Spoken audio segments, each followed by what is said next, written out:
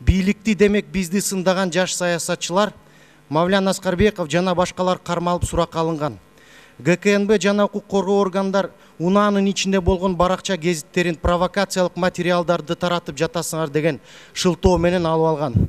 Мен ал баракчаларды окуп көрдүм. Ал жерде Кыргызстандын жана Талас облусунун саясий, экономикалык жана социалдык маселелер, чек ара, свет, суу, алтын кең байлыктары жөнүндө жазылган көйгөйлөр.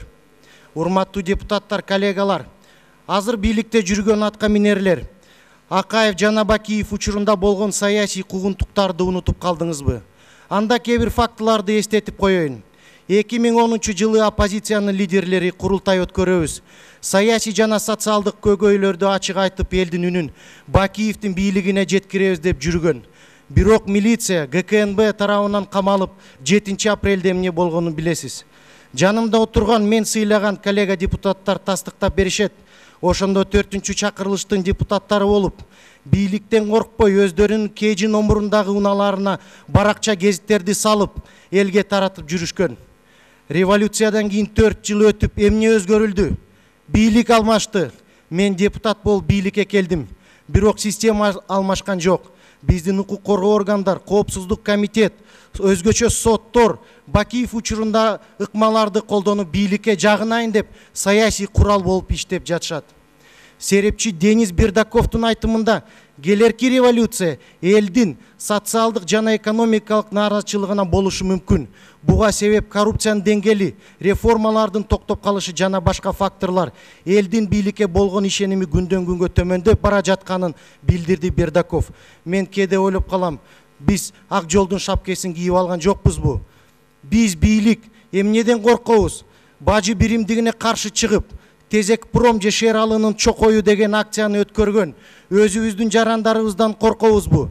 Ачуу чындыкты айткандардан, башка позицияда болгондордон, бизге кошомат кылбагандардан, оппозициядан коркобузбу? Айласы кетип жолдорду тоскон адамдан коркобузбу?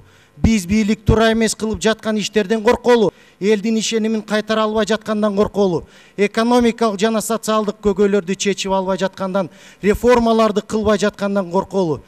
Эч кимден коркпосок, Кудайдан корколу. Данияр мырза абдан чоң маселени көтөрүп кетти да.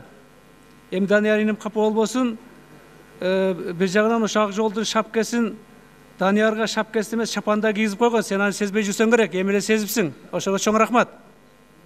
Мына кече жакында интернетте мен азыркы убактылуу ички иштер министринин жетекчисинин маалыматын окуп калдым. Эми так айта албайм. Мааниси боюнча ким Кыргызстанда мындай чуу чыгарса деген мааниде да. Биз катуу жазалайбыз деп айтып чыгыптыр. Жумушка келе албай туруп айтпайбы, мен кылмышкерлер менен күрөшөм, тартип болот деп. Бул эмнени билдирип атат? Ким митинг пикетке чыксаңар, ошонун баарын талкалайын деген сөзү да. А митинг пикетке ким түртүп атат? Өкмөт түртүп атат. Бааны көтөрүп, адилетсиздикти бардыгын аткарбай, мыйзамдын баарын тебелеп тепсеп, мына ошонун кесепети. Кечеки айтып аткан ошо чындык да. Кече өзүбүздүн башыбыздан өткөн. Эми ошону кайталаган не кажети бар? Айтпай онан керек. Чыксаңар чыккыла, сүйлөгүз сүйлөгөр. Бирок Кыргыз мамлекеттин коопсуздугуна